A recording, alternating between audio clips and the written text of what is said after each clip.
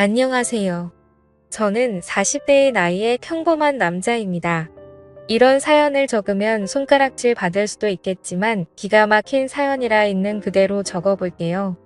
저는 4년 전에 처남댁을 처음 뵙게 되었습니다.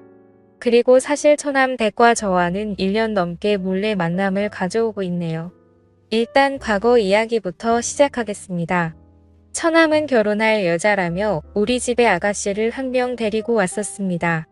그때 처남이 데려온 여자친구를 보고 아내의 눈빛이 불안하게 떨리는 것을 캐치하게 되었었죠. 처남도 그런 누나의 눈빛을 읽었는지 모르겠습니다. 저는 아내가 입양하라는 사실을 알고 있었습니다.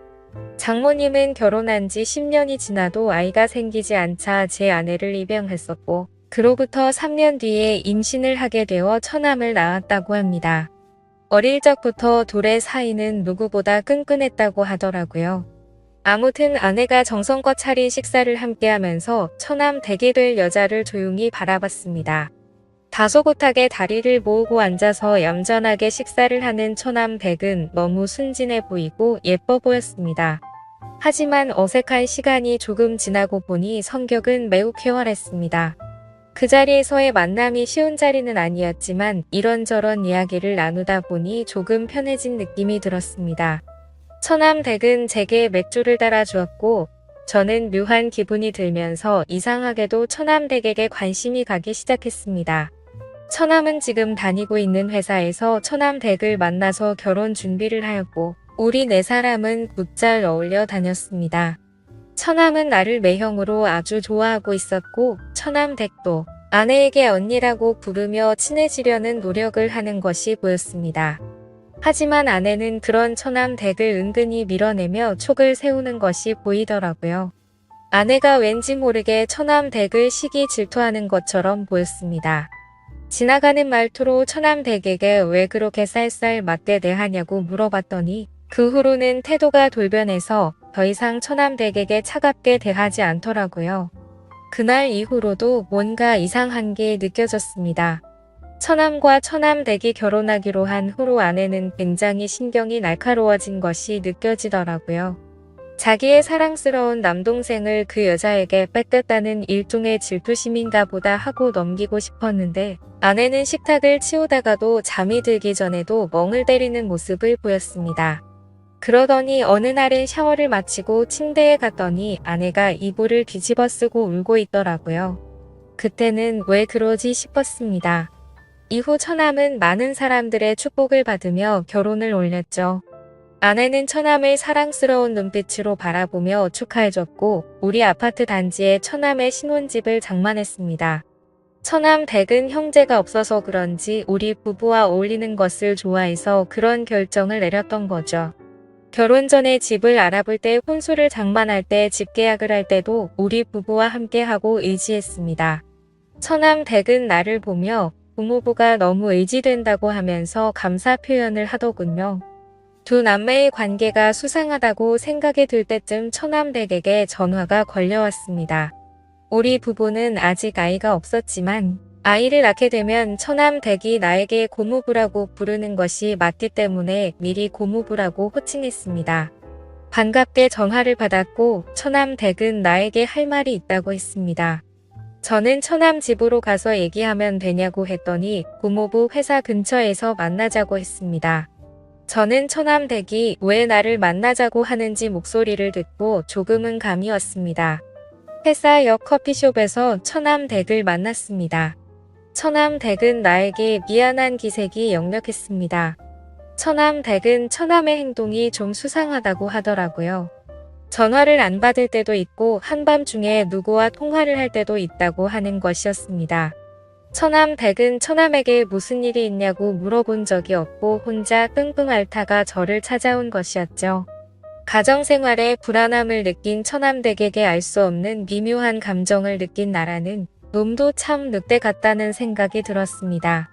처남 댁은 남편이 바람을 피운다는 사실보다 버림받을지 모른다는 불안한 마음이 더 큰 것 같았습니다. 그런 처남 댁이 너무 가엽게 느껴지더라고요.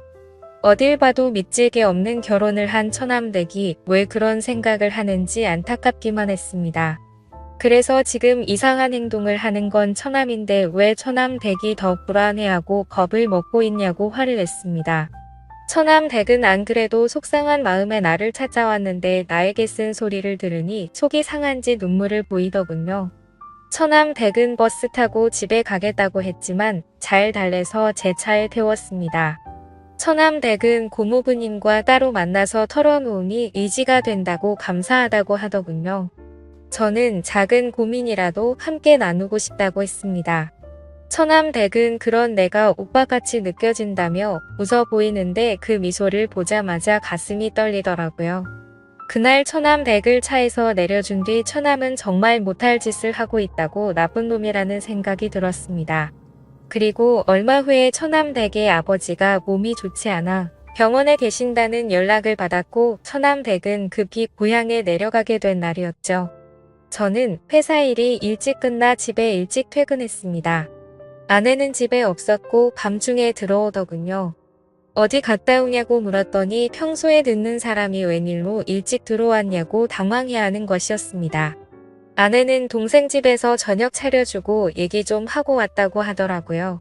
그때 나는 등이 오싹해지는 느낌이 들었습니다. 혹시 처남이 한눈 파는 상대가 내 와이프일지도 모른다는 생각이 들더라고요. 그 둘은 서로 피가 안 섞인 남남이고 내가 처남과 술을 마신 날에 처남이 우리 집에서 잠을 자고 가는 날이 많았던 게 생각이 났었습니다.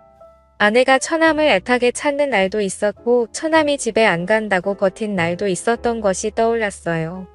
저는 퍼즐 조각이 맞춰지는 듯한 느낌을 받았습니다. 그래서 처남과 일부러 집에서 술을 마신 뒤 제가 먼저 술에 취한 척 연기를 해보았었죠. 처남은 집에 가지 않고 거실에서 잔다고 했고 나는 일부러 코를 골며 자는 척했습니다. 그러다가 내 숨소리가 안정되니 둘이 속닥거리는 소리가 들렸습니다. 옷방으로 가서 같이 있자고 하는 소리를 듣고 말았던 거죠. 촉을 세우고 그 둘의 만행을 다 알게 되었습니다. 그래서 당장 들이닥칠까도 생각해봤지만 이렇게 넘어가는 건 아닌 것 같아서 증거라도 모으려고 일단 넘어가게 되었죠. 다음날 처남댁의 아버지는 병원에서 투병하시다가 돌아가셨다는 소식을 듣고 와이프와 함께 조문을 갔습니다. 처남댁은 얼굴이 퉁퉁 부어있더라고요. 너무 많이 울어서 정신을 못 차려서 우리가 좀 쉬라고 했지만 고집을 꺾지 않았습니다. 처남댁의 그런 모습이 너무 안쓰러웠지만 처남댁을 꼭 껴안고 위로해주지 못해 안타까운 마음이 들더라고요. 그렇게 아버지를 보내드린 뒤 처남댁은 한참 동안 힘들어했습니다. 우리 집에서 같이 생활을 하면 어떨까 생각도 해봤지만 그건 좀 오버하는 것 같아서 그냥 잠자코 있었죠. 그날 이후 아내와 같이 처남댁으로 매일 찾아갔습니다. 아내와 처남의 불륜 증거라도 찾으려는 생각도 있었고 사실 처남댁을 보고 싶고 위로하고 싶은 마음에 찾아갔었죠. 최대한 내색하지 않고 같이 식사를 하고 밝은 분위기를 만들었습니다. 그러던 중 하루는 넷이 모여서 해물파전을 만들어서 막걸리와 함께 먹고 있었죠. 왁자지껄한 분위기에서 처남댁은 안정을 되찾는 듯 했습니다. 그런데 저는 아내와 처남이 서로 좋아하는 눈빛을 교환하는 것을 캐치하게 되었죠. 증거를 더 찾아야 해서 내색할 수 없었지만 이제 확실하게 알았습니다. 그리고 처남댁이 자꾸 신경 쓰이기 시작하더군요. 저도 모르게 점점 더 처남댁에 대한 마음이 커져갔고 도저히 참지를 못하고 어느 날 저녁에 연락을 했습니다. 처남댁에게 알려줄 게 있는데 처남과 아내에게는 알리지 말고 조용히 만나자고 했죠. 처남댁에게 저녁을 같이 먹자고 했고 처남댁은 흔쾌히 알겠다고 하더군요. 우리 둘은 조용한 레스토랑에서 만났고 요즘 어떻게 지내냐고 물었습니다. 아버지가 유독 자기를 예쁘게 대해줬는데 그런 아버지를 떠나 보내서 슬픔이 무척 컸었다네요. 그래도 요즘은 저희 덕분에 좀 많이 나아졌다고 했습니다. 그래서 어렵게 저는 말을 꺼내고 말았죠. 사실은 아내와 처남이 친남매 사이가 아닌데 만남을 가지는 것 같다고요. 그러자 처남댁도 이 사실을 눈치챘는지 자신도 이미 알고 있었다고 했습니다. 그런데 자신도 증거물을 찾기 위해서 역겨운 생활을 이어가고 있다고 하더라고요. 그래서 처남댁과 저는 같은 상황에 처했는데 우리라도 서로에게 힘이 되자고 말했고 살면서 어려운 일 있으면 언제든 얘기하라고 했죠. 그렇게 저희는 이야기를 더 이어갔고 와인을 마시기 시작했습니다. 그런데 처남댁이 술에 취해서 그런지 눈물이 글썽거리더라고요. 그래서 저는 얼른 옆자리로 자리를 옮겼고 그녀를 토닥여 주면서 위로해 주었습니다. 그 순간 기분이 묘해졌고 저도 모르게 그녀에게 제 마음을 솔직하게 말을 했죠. 사실 처음 보는 순간부터 좋아했다고 고백을 했고 처남댁과 또 데이트하고 싶어요 라고 말을 했습니다. 처남댁은 우리 이러면 안 되는 거 아니냐고 저를 밀어내더군요. 그래서 저는 처남댁의 눈을 똑바로 보면서 나를 의지하고 있지 않냐고 물었습니다. 그제서야 처남댁은 흐느껴 울면서 나에게 기대더군요. 저는 그런 처남댁을 안아주었고 우리는 서로의 사랑을 확인하고 연인이 되었습니다. 그리고 저희의 만남은 비밀로 하자고 했고 서로가 저 남매라는 가면을 쓴 더러운 인간들 증거를 모아서 이혼을 하자고 했네요. 그리고 모든 상황이 정리되면 처남댁에게 결혼을 하자고 약속했습니다. 살다 보니 참별의 별일이 다 있는 듯 하지만 아무렴 어떤가요? 결국에는 제가 사랑하는 여자를 만나게 되었으니 해피엔딩이 아닐까 생각이 듭니다. 제 사연을 읽어주셔서 감사합니다.